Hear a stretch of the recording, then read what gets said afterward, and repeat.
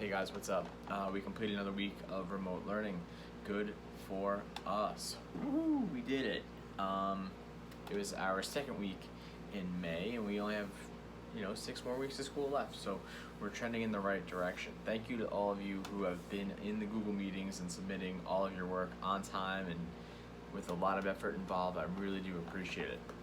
Today we're going to be talking about lesson 18 of module 3, and we're going to be using the Scarlet Stocking Spy once again.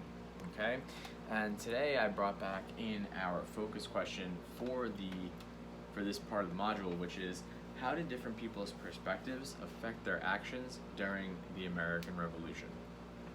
And that focus question today is really important to what our content framing question is, and in regards to Maddy Rose. Okay, so today's content framing question is, what does a deeper exploration of Maddy Rose's actions reveal about her perspective on the American Revolution?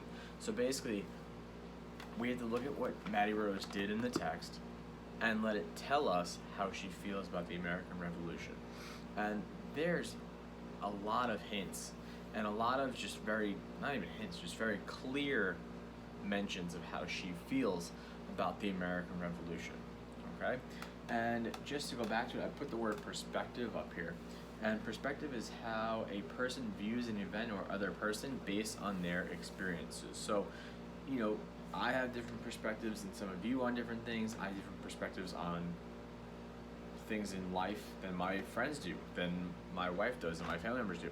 Everybody's entitled to their own opinion and and has their own perspective on how they see things in the world or see other people.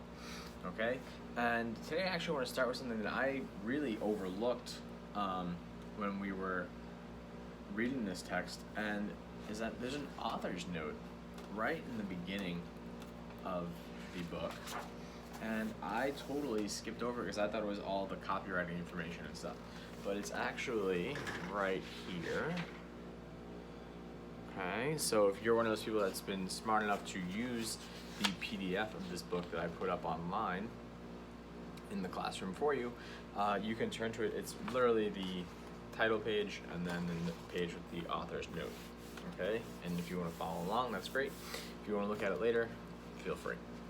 It says, author's note: the Scarlet Stocking Spy has a deep personal meaning for me, because my direct ancestor, James Hakes, was a soldier in the Revolutionary War. He traveled with his Connecticut regiment to Pennsylvania and New Jersey to join Washington's army from September of 1776 to March of 1777, where they distinguished themselves in the Battle of Trenton and Princeton. So we've mentioned the Battle of Princeton for sure, and the Battle of Trenton's also been mentioned later on in the text.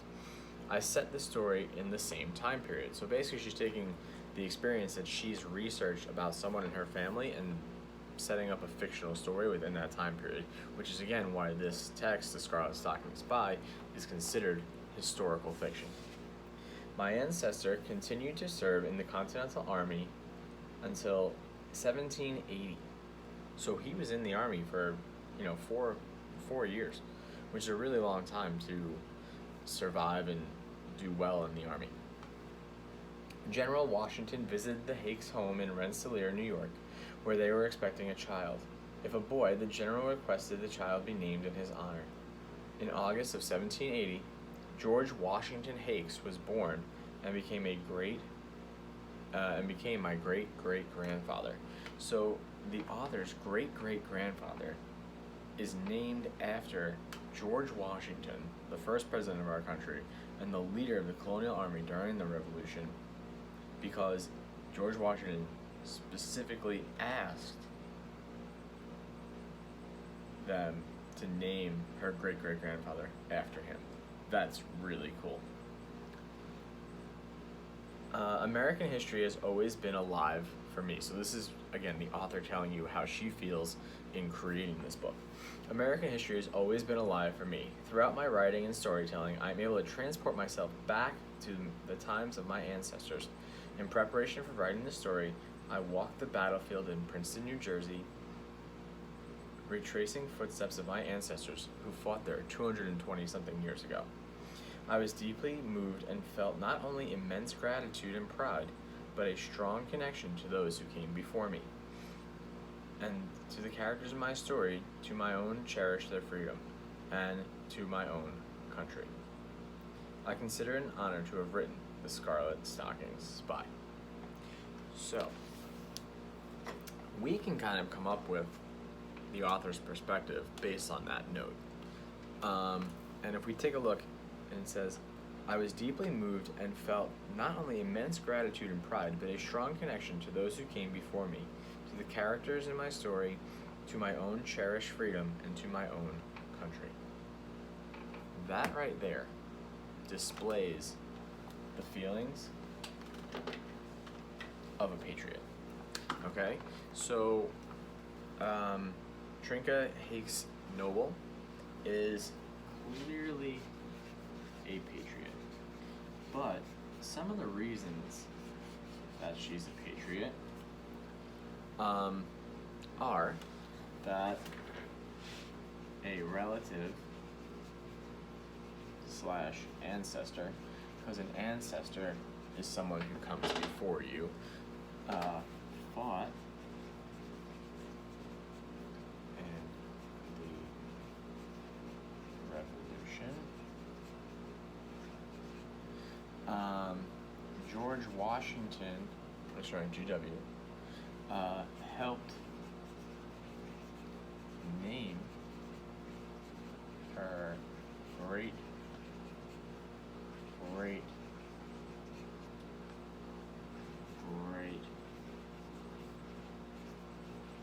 grandfather, and also that she visited the battlefields. Okay? Taking trips to these places that were, used for battles in the Revolutionary War can be considered patriotic, and they're all pretty much along the East Coast and the 13 colonies and drivable. And I've visited a couple. There's one kind of up by Lake George. That was a fort up there. Down in Virginia, down in Philadelphia, and New Jersey, obviously, with the Battle of Princeton and the Battle of Trenton. And you can go, and there are sites that are set up that you can, take your own tours and walk around. So if you're ever stuck for a vacation, once this whole pandemic is all said and done, maybe go see a Revolutionary War site. Might be cool. I've done it. I'm a history nerd, though, but it's all up to you. But today we're going to be doing what we did for the author, Trinka Hakes Noble. I keep forgetting her name because it's the Hakes part that really gets me. We're going to be doing what we did for her by reading that author's note. We're going to be doing that for Maddy Rose. Okay? So when we're doing it for Maddy Rose, we are going to be completing a what, so, and so what chart. Okay? And we put Maddy Rose up here so everyone knows who we are talking about. And it says for what is who and the facts. So obviously our who is our friend Maddy Rose. So is Maddy Rose's perspective. And so what is her actions, okay? So I've filled in some of the facts that we know about Maddy Rose. And then I'm going to go across, and then I'm going to figure out what these facts tell me about her perspective, and then tell me about her actions, okay? So, and I have this new reclining chair, and it's making me a little bit more comfortable in these videos. I'm not sure how I feel about it yet. We might have to be changing chairs back. But, so the facts that I have for Maddy Rose are that Maddy Rose is a young spy living with her mom in Philadelphia, that her father was a patriot who died in the war, and that her brother is a patriot fighting in the war. Okay? So these things tell me that if her dad was a patriot, her brother's a patriot, and she's of their descent and living in Philadelphia, that she is a brave patriot. And I say that she's brave because she's spying. She is spying. And if she gets caught, she can be in a lot of trouble. And most likely killed for being a spy during this time. So that definitely makes her brave. She also cares about helping other patriots, and her actions very much clearly tell you that she does care about them, because she's trying to help them at all costs by doing all of the spying, right? I'm gonna say that she is a spy again. And then also her perspective is that she's for the war. For the war. And wants to defeat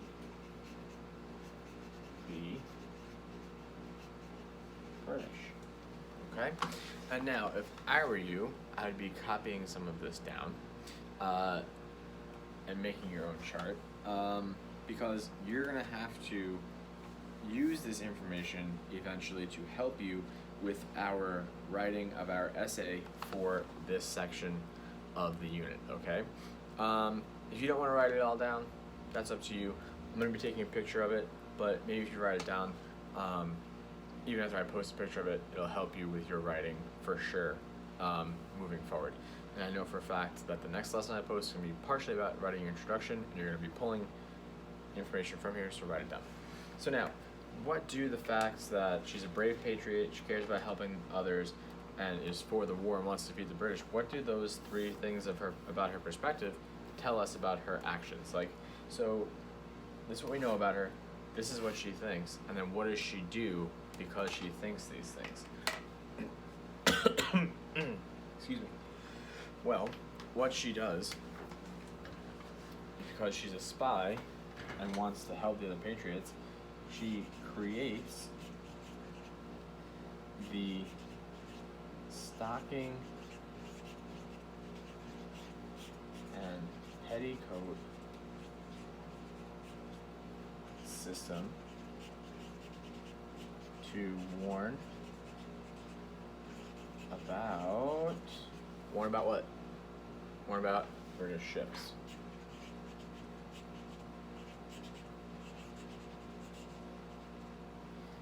She also only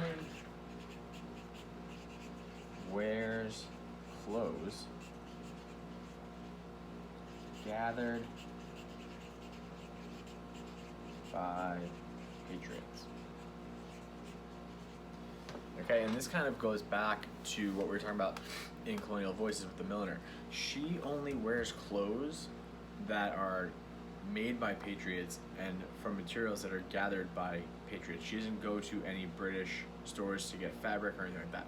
And that's kind of her job, is that she works for someone who makes clothes and makes fabric in the story. And then the last thing is that she sews an American flag and hangs it outside her house. Okay, so those are the reasons that Maddy Rose is so clearly a patriot, okay? And it's a way for us to take what we know, the concrete facts, let those facts tell us the character's perspective, and then let the character's perspective explains their actions.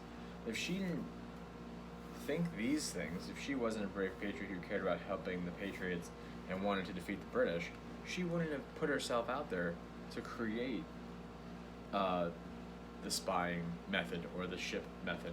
She wouldn't be wearing clothes that only supported patriots, and she wouldn't be sewing and hanging an American flag outside of her house. So this is our perspective lesson today. I will be posting a picture of this chart in the lesson, so you have it. And then you guys are going to have to answer some short response RACS responses about perspective, amongst other things from the text. Remember, you have that large PDF, so you can see the text at any time, and you can reread any pages you might need to find information to answer your questions. Please make your responses a full paragraph. I'm getting very tired of not seeing full paragraph responses. Alright, thanks guys. Bye.